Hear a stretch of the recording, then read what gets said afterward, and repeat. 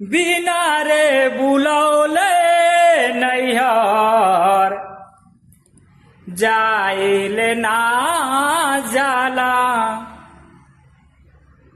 जान बूझ के गौरा जहर खाइल ना जाला। शंकर जी कहतनी सती से बिना बुलौले मत जइहा। कैसे कहतनी? बिना रे बुलौले नैहर जाइल ना जाला।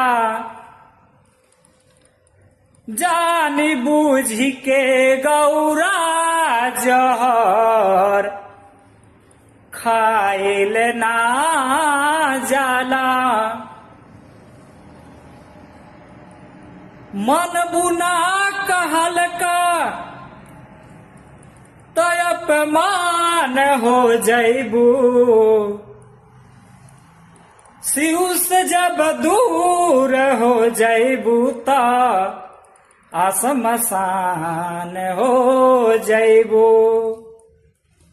शिव से जब दूर हो जैबू ता आसमसान हो